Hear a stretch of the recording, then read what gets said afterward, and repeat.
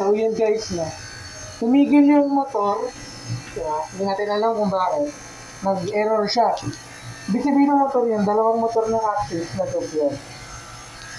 Bago lahat na, nakamat kasi ako medyo dust. Tingin yung cap up. Titignan mo muna kung may diferensyang machine. Kung matanggal ba ito sa wiring, magnetic, wala, it's okay. So, titignan mo ito. Sabi dito 50. Ay, 50. So, sabi doon yung fault codes niya ay 50. Ang error code nun ay consumables. Nag-trigger siya, consumables retaining cap off. So, palitan natin siya. So, ito yung lagayan ko. Copper yan. Ito yan. Yan.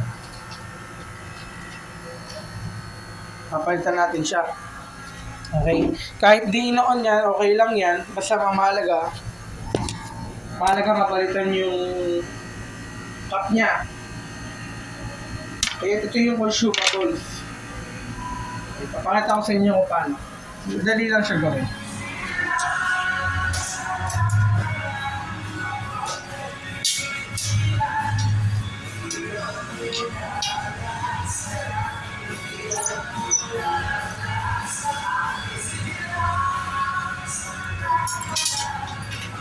Titingnan nyo kung okay pa siya, pero hindi na yan kasi medyo blacky na siya. Then put na. Put na siya.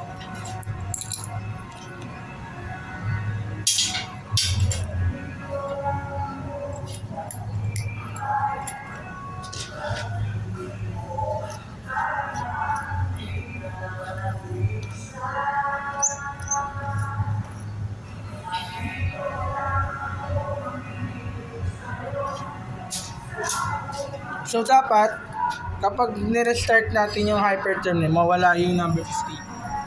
Ayun, 50. So nag-reset na siya, na-read niya na kasi bago na yung cap natin. Okay. So ito yung work area ko. Cubicle room. So yung process niya nag-lost item siya. So, yan na. Kapag ganyan, all off, all on ulit. Reset mo lang, then start. Then yes. Then, tingnan natin kung mag-continue yung cutting niya. Pag nag-off yan, so yun, hindi siya nag-off. Matuloy siya. Hindi siya nag-off, nagtuloy siya. Thank you!